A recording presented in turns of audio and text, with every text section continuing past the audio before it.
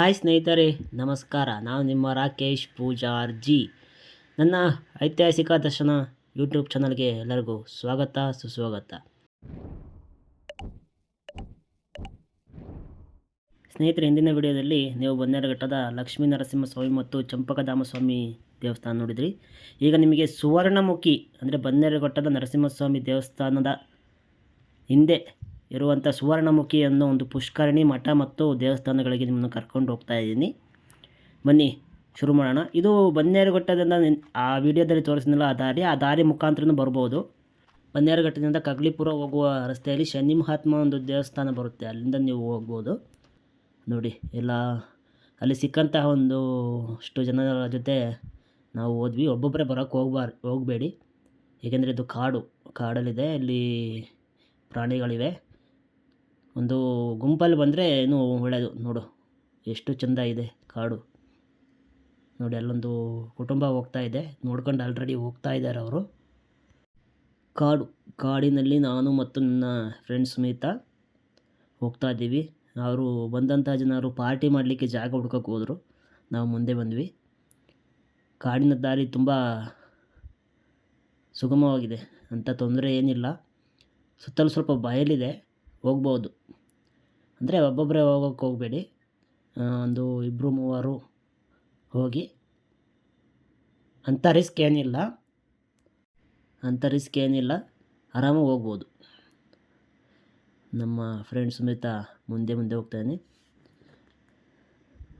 ಈ ಸುವರ್ಣಮುಖಿ ಅಂದರೆ ಕ್ಷೇತ್ರದ ಒಂದು ಇತಿಹಾಸ ಅಂದರೆ, ಸುವರ್ಣಮುಖಿ ಅಂದರೆ ಏನು, ಹೆಸರೇನು ಅಂದರೆ ಬಂಗಾರದ ಮುಖ ಅಂದರೆ ಅಲ್ಲಿ ಯಾವ್ದಾದ್ರು ಬಂಗಾರದ ಮುಖ ಇದೆಯಾ? ಇಲ್ಲ. ಆ ಸುವರ್ಣಮುಖಿ ಪುಷ್ಕರಣಿಯಲ್ಲಿ ಇರ್ತಕ್ಕಂಥ ನೀರು ಬೆಳಗಿನ ಸೂರ್ಯನ ಕಿರಣಗಳಿಗೆ ಬಂಗಾರದಂಗೆ ಹೊಳೆಯುತ್ತಂತೆ.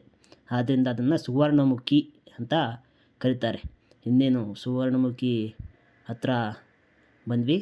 ಇದರ ಪುರಾಣ ಅಂದರೆ ಇತಿಹಾಸ ತಿಳ್ಕೊಳೋದಾದರೆ, ಜನಮೇಜಯ ಮಹಾರಾಜ ಸರ್ಪದೋಷ ಮತ್ತು ಹಾವಿನ ಶಾಪದಿಂದ ಬಳಲ್ತಾ ಇರ್ತಾನೆ. ಅವನು ಇಲ್ಲಿ ಬಂದು ಸುವರ್ಣಮುಖಿ ಕಲ್ಯಾಣಿ ಸ್ನಾನ ಮಾಡಿದಾಗ ಈ ಪವಿತ್ರ ನೀರಿನ ಸ್ನಾನದಲ್ಲಿ ಅವನ ದೋಷ ಎಲ್ಲ ನಿವಾರಣೆ ಆಗುತ್ತೆ. ಆವಾಗ ಆ ಕೊಳದಲ್ಲೇ ಇದ್ದಂತಹ ಆಂಜನೇಯ ಅಂದರೆ ನಮ್ಮ ಹನುಮಾನ್, ನೋಡಿ ಅಲ್ಲಿ ದೇವಸ್ಥಾನ ಕಾಣ್ತಾ ಇದೆ, ಬನ್ನಿ ಹೋಗೋಣ. ನಮ್ಮ ಆಂಜನೇಯ ಪ್ರತ್ಯಕ್ಷನಾಗಿ ನಾನು ಇಲ್ಲೇ ವಾಸ ಮಾಡ್ತಾ ಇದ್ದೀನಿ. ಇಲ್ಲಿ ಯಾರು ಸ್ನಾನ ಮಾಡಿ ನನ್ನ ದರ್ಶನವನ್ನು ಪಡಿತಾರೋ ಅವರಿಗೆಲ್ಲ ನಾಗದೋಷಗಳು, ಸರ್ಪದೋಷಗಳು, ಯಾವ ದೋಷಗಳಿದ್ದರೂ ಪಾಪ ಪುಣ್ಯಗಳೆಲ್ಲ ಇಲ್ಲಿ ತೊಳೆದು ಹೋಗುತ್ತೆ ಅಂತ ಒಂದು ವರ ಕೊಡ್ತಾನೆ. ಆದ್ದರಿಂದ ಈ ದೇವಸ್ಥಾನದ ನೀರು ಖಾಲಿ ಆದಾಗ ಅಲ್ಲಿ ಒಂದು ಆಂಜನೇಯ ಇದೆ ಅಂತೆ, ಅದು ಗೊತ್ತಿಲ್ಲ ನನಗೆ, ನೋಡಿಲ್ಲ ನಾನು. ಈಗ ನೀರು ತುಂಬಿ ಇದೆ ಅಂತ ಹೇಳಿದರು. ಬನ್ನಿ ನೋಡೋಣ. ಇಲ್ಲೇ ಬಂದ್ವಿ. ಕಾಣ್ತಾ ಇದೆಯಲ್ಲ, ಇದೇ ಸುವರ್ಣಮುಖಿ ಪುಷ್ಕರಣಿ.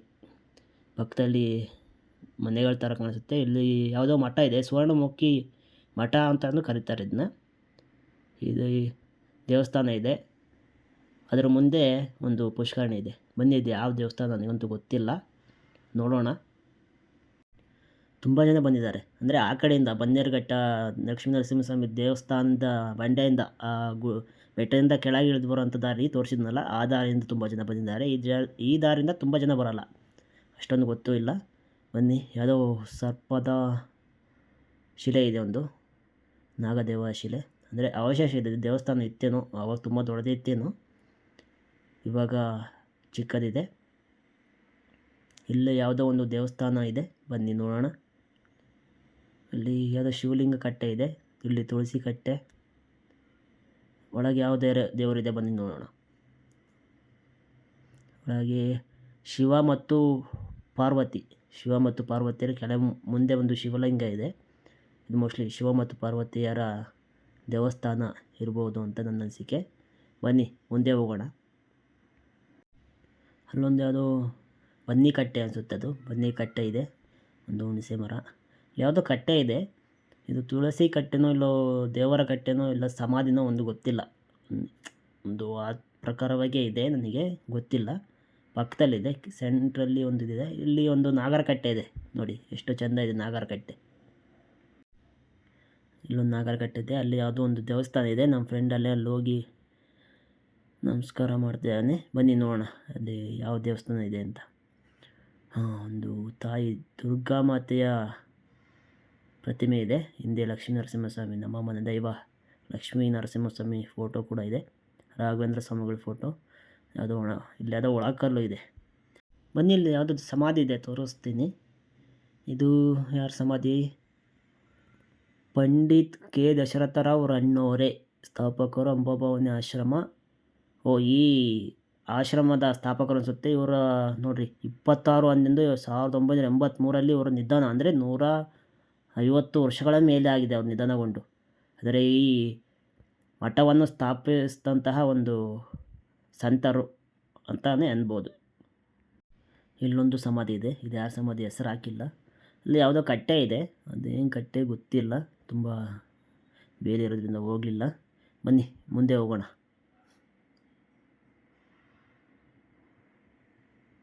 ಇಲ್ಲೊಂದು ನವಗ್ರಹಗಳ ಕಟ್ಟೆ. ಪುಷ್ಕರಣಿ ತುಂಬ ಚೆನ್ನಾಗಿದೆ, ಕಾಡಿನ ಮಧ್ಯೆ ಇರೋದ್ರಿಂದ ಪುಷ್ಕರಣಿ ಚೆನ್ನಾಗಿದೆ. ಇದು ಅಂಬಾಭವಾನಿ ಮತ್ತು ಶ್ರೀ ಭವಾನಿ ಶಂಕರ ಮಂದಿರ. ನೋಡಿ, ತುಂಬ ಶಿವಲಿಂಗ ಇದೆ ಇಲ್ಲಿ ಸುತ್ತಮುತ್ತ, ತುಂಬ ಶಿವಲಿಂಗಗಳಿದ್ದಾವೆ. ಅಲ್ಲಿ ಒಳಗೆ ಯಾರೋ ಸ್ವಾಮೀಜಿಗಳ ಫೋಟೋ ಮತ್ತು ಹಿಂದೆ ಚಾಮುಂಡೇಶ್ವರಿ ಫೋಟೋ ಇದೆ. ಈ ಮಠವನ್ನು ಸ್ಥಾಪಿಸಿದಂತಹ ಒಂದು ಸಂತರು ಇರ್ಬೋದು ಅಂತ, ಅವರೇ ಅಂತ ಹೇಳಿದರು ಆ ತಾತ. ಅಲ್ಲಿ ಕೂತ್ಕೊಂಡಿದ್ದಂಥ ತಾತ ಹೇಳಿದರು.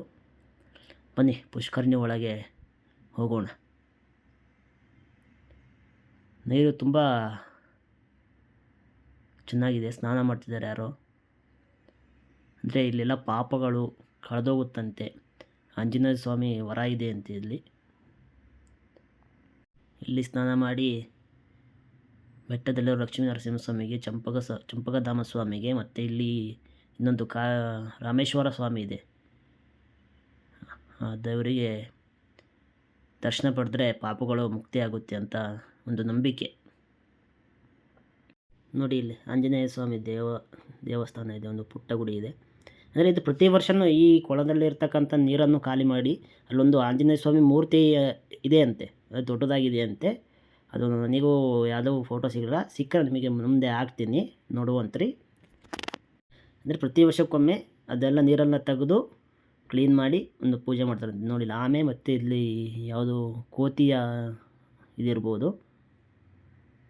ಅಂದರೆ ನೀರಿದೆ ಅನ್ನೋ ಒಂದು ಸುಳಿವು, ಅಂದರೆ ನೀರು ಇರ್ತಕ್ಕಂಥ ಸ್ಥಳದಲ್ಲಿ ಈ ಥರ ಒಂದು ಕೆತ್ತನೆಗಳು ತುಂಬ ಇರುತ್ತೆ. ನೋಡಿ, ಅಲ್ಲೊಂದು ಯಾವುದೋ ಕೆತ್ತನೆ ಇದೆ, ಮೋಸ್ಟ್ಲಿ ಮೀನು, 3 ಮೀನುಗಳು ಸಂಗಮವಾಗಿರ್ತಕ್ಕಂಥದ್ದು. ಅಂದರೆ ನೀರಿದೆ ಅನ್ನೋ ಒಂದು ಸುಳಿ ಬರ್ಬೋದು. ನನಗೆ ಈ ಥರ ಇರ್ಬೋದು, ನನಗೆ ಗೊತ್ತಿಲ್ಲ. ಗೊತ್ತಿದ್ದವ್ರು ಕಮೆಂಟ್ ಮಾಡಿ. ನನಗೂ ಅಷ್ಟೊಂದು ಗೊತ್ತಿಲ್ಲ.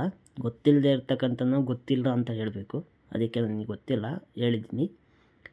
ಇಲ್ಲಿ ಮೀನಿನ ಚಿತ್ರ, ಮುಂದೆ ಯಾವುದೋ ಗೆರೆ ಥರ ಇದೆ, ಅದೇನಂತೂ ಗೊತ್ತಿಲ್ಲ, ಬಟ್ ಮೀನು ಅಂತ ಅಂದ್ಕೊಂಡಿದ್ದೀನಿ. ನೋಡಿ ಎಷ್ಟು ಚೆಂದವಾಗಿ ಕಟ್ಟಿದ್ದಾರೆ ಪುಷ್ಕರಣಿನ. ಮೂಲೆಯಲ್ಲಿ ಒಂದು ಮುಖವನ್ನು ಕೆತ್ತನೆ ಮಾಡಿದ್ದಾರೆ. ನೋಡಿ, ಈ ದೇವರನ್ನೇ ನಾನು ಹೇಳಿದ್ದು, ಕೊಳದಲ್ಲಿ ಇರತಕ್ಕಂಥ ಆಂಜನೇಯ ಸ್ವಾಮಿ. ಇವರು ಈ ಮಠವನ್ನು ಸ್ಥಾಪಿಸ್ತಕ್ಕಂಥ ಸಂತರು. ಬನ್ನಿ, ಇಲ್ಲೊಂದು ಬಾವಿ ಇದೆ, ಹಳೇ ಕಾಲದ ಬಾವಿ. ಬನ್ನಿ ನೋಡೋಣ, ನೀರು ಇದೆಯೋ ಇಲ್ವೋ ಅಂತ ನೋಡೋಣ. ಬಾವಿಯಲ್ಲಿ ನೀರಿದೆ, ಅಂದರೆ ಹಳೇ ಕಾಲದ್ದಾದರೂ ನೋಡು ಎಷ್ಟು ನೀರಿದೆ, ಬಿದ್ದರೆ ಕಷ್ಟ. ಬನ್ನಿ ಈಗ ಮುಂದೆ ಹೋಗೋಣ. ನೋಡಿ, ಪುಷ್ಕರಣಿ ಮತ್ತು ಅಂಬಾಭವಾನಿ ದೇವಾಲಯ, ಇವೆರಡು ಒಂಥರ ಮಠಗಳ ವಸತಿ ನಿಲಯ ಅಂತ ನನ್ನ ಅನಿಸಿಕೆ. ಬನ್ನಿ, ಇನ್ನೊಂದು ನಾಗರ ಕಟ್ಟೆ, ಅಂದರೆ ಅವರು ಇತ್ತೀಚೆಗೆ ಇದು ಸ್ಥಾಪನೆ ಮಾಡಿದ್ದಾರೆ ಅಂತ ನನ್ನ ಅನಿಸಿಕೆ.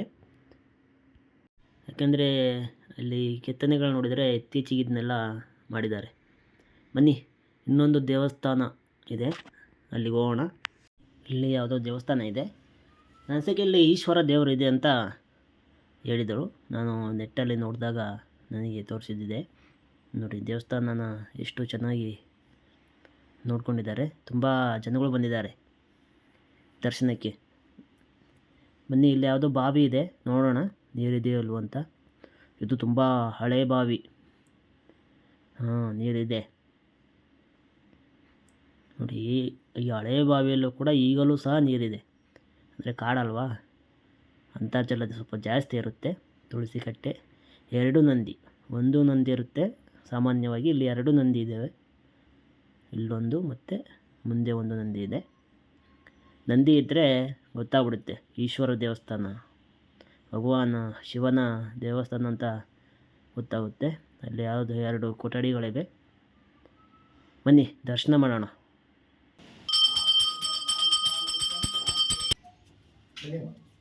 ಅಷ್ಟಕಾರ್ಯ ಸಿದ್ಧಿ ಪ್ರಾಪ್ತಿರಸ್ತು, ಆಯುಷ್ಯ ಆರೋಗ್ಯ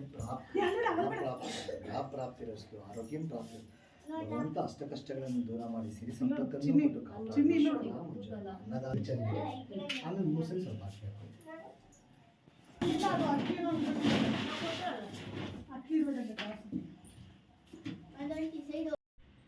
ಈಶ್ವರನ ದರ್ಶನ ಆಯಿತು. ಇಲ್ಲೊಂದು ಈಶ್ವರನ ಪುಟ್ಟ ಗುಡಿ ಇದೆ, ಒಳಗೆ ಈಶ್ವರನ ಲಿಂಗ ಇದೆ. ಇಲ್ಲಿ ಪೂಜೆ ನಡೆಯುತ್ತಲೋ ಗೊತ್ತಿಲ್ಲ. ಇಲ್ಲೊಂದು ಪುಟ್ಟ ಗುಡಿ, ಪಕ್ಕದಲ್ಲಿ ಇನ್ನೊಂದು ಕೊಠಡಿ ಇದೆ, ಬನ್ನಿ ನೋಡೋಣ. ಅಡಿಗೆ ಮನೆ, ಅಂದರೆ ಆಗಿನ ಕಾಲದಲ್ಲಿ ಇಲ್ಲಿ ಅಡುಗೆ ಮಾಡ್ಕೊತಿದ್ರೇನೋ. ಒಂದು ಅಡುಗೆ ಮನೆ ಇದೆ. ಬನ್ನಿ, ಇಲ್ಲಿ ಯಾವುದೋ ಶಿವಲಿಂಗಗಳಿವೆ. ಒಂದೊಂದು ಇದ್ರ ಮೇಲೂ ಶಿವಲಿಂಗನ ಪ್ರತಿಷ್ಠಾಪನೆ ಮಾಡಿದ್ದಾರೆ. ಅಲ್ಲಿ ಯಾವುದೋ ಸ್ವಾಮೀಜಿಯ ಫೋಟೋ ಇದೆ. ಈ ಮಠದಲ್ಲಿ ಇರ್ತಕ್ಕಂಥ ಒಂದು ಸಂತರ ಫೋಟೋ ಇರ್ಬೋದು. ನೋಡಿ, ಚಿಕ್ಕ ಚಿಕ್ಕ ಶಿವಲಿಂಗಗಳು, ಒಂದು ಆ ಕಡೆ ಇದೆ, ಒಂದು ಈ ಕಡೆ ಇದೆ. ಯಾಕೆ ಹಿಂಗೆ ಸಣ್ಣ ಸಣ್ಣ ಶಿವಲಿಂಗಗಳನ್ನು ಇಟ್ಟಿದ್ದಾರೆ ಗೊತ್ತಿಲ್ಲ. ಇಲ್ಲಿ ಒಬ್ಬರ ಸಂತರ ಫೋಟೋ ಇದೆ.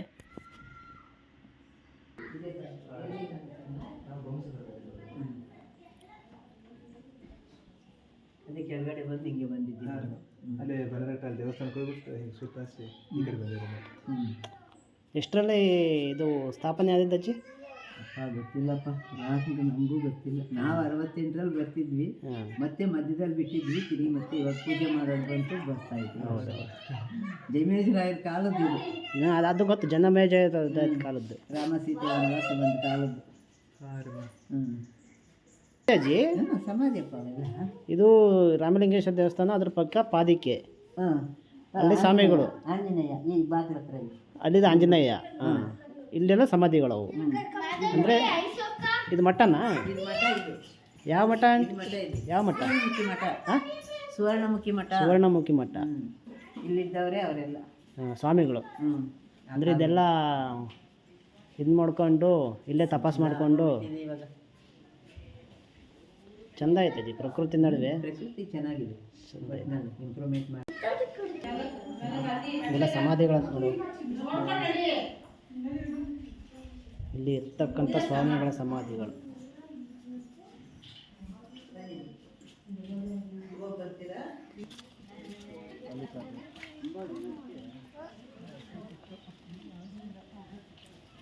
ವಿಡಿಯೋ ಮಾಡ್ಬೋದಚ್ಚ? ವಿಡಿಯೋ ಮಾಡ್ಬೋದಲ್ಲ?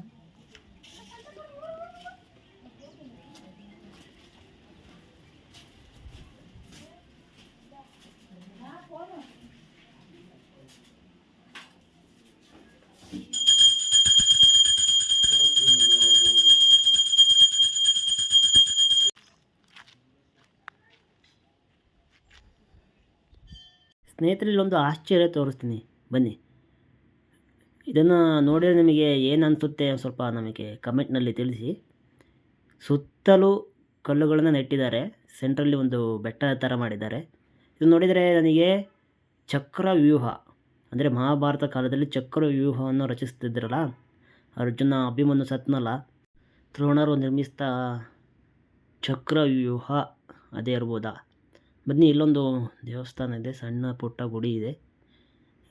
ಇಲ್ಲಿ ಯಾವ ದೇವರ ಮೂರ್ತಿನೂ ಕಾಣಿಸ್ತಿಲ್ಲ. ನೋಡಿ, ಕಲ್ಲಿನ ಮೇಲೆ ಕಲ್ಲಿಡೋದು ತುಂಬ ಇಟ್ಟಿದ್ದಾರೆ. ಒಂಥರ ಏನೋ ಒಂಥರ ಕಾಣಿಸ್ತಾ ಇದೆ. ಅವರವ್ರ ನಂಬಿಕೆ. ಇಲ್ಲಿ ದೇವರಿದೆ, ದೇವರ ಹೆಸರಿದೆ, ಬಟ್ ದೇವರಿಲ್ಲ. ಬನ್ನಿ, ಈಗ ಚಕ್ರವ್ಯೂಹವನ್ನು ನಾವು ಭೇದಿಸೋಣ. ಒಂಥರ ಇದು ಚಕ್ರವ್ಯೂಹ ಇದ್ದಾಗಿದೆ ನೋಡಿ. ಹಾಂ, ಎಂಟ್ರೆನ್ಸ್ ಹಿಂಗೆ, ಇದು ಎಂಟ್ರೆನ್ಸು. ಈ ಟರ್ನ್ ನೋಡೋದು. ಹೀಗೆ ಬಂದು ಹೀಗೆ ಹೋಗ್ತಾ ಹೋಗ್ತಾ ಇಲ್ಲಿ ಯಾವುದೇ ಎಂಟ್ರೆನ್ಸ್ ಇಲ್ಲ ನೋಡಿ. ಇಲ್ಲಿ ಈಗ ಸುತ್ತ ಹಾಕ್ಕೊಂಡು ಬರಬೇಕು. ಅದರ ರಚನೆ ನೋಡಿ ಹೇಗಿದೆ, ರಚನೆ ಎಷ್ಟು ಸ್ಪಷ್ಟವಾಗಿದೆ. ಅಂದರೆ ಮಧ್ಯದಲ್ಲಿರ್ತಕ್ಕಂಥ ಎಲ್ಲ ಸೈನಿಕರು ಅಂತ ಊಹೆ ಮಾಡ್ಕೊಳ್ಳಿ ನೀವು. ಅದರ ಒಂದು ನಿಯಮಗಳಿರ್ತವೆ, ಹೀಗೆ ಹೋಗಬೇಕು ಹೀಗೆ ಬರಬೇಕು ಅಂತ ನೋಡಿ. ಮತ್ತೆ ಎರಡನೇ ಸುತ್ತ ಆಯ್ತು. ಈಗ ಮೂರನೇ ಸುತ್ತಿ ಬಂದಿದ್ದೀನಿ. ಮೂರನೇ ಸುತ್ತಿ ಬಂದು ಸೆಂಟ್ರ್ ಪಾಯಿಂಟ್ನ ತಲುಪಿದ್ದೇನೆ. ಹಿಂಗೆ ಬಂದು ಹಿಂಗೆ ಎಸ್ ಐ ಗಾಟ್ ಇಟ್. ಅಂತೂ ನಾನು ಚಕ್ರವ್ಯೂಹ ಭೇದಿಸೇ ಬಿಟ್ಟಿದ್ದೀನಿ.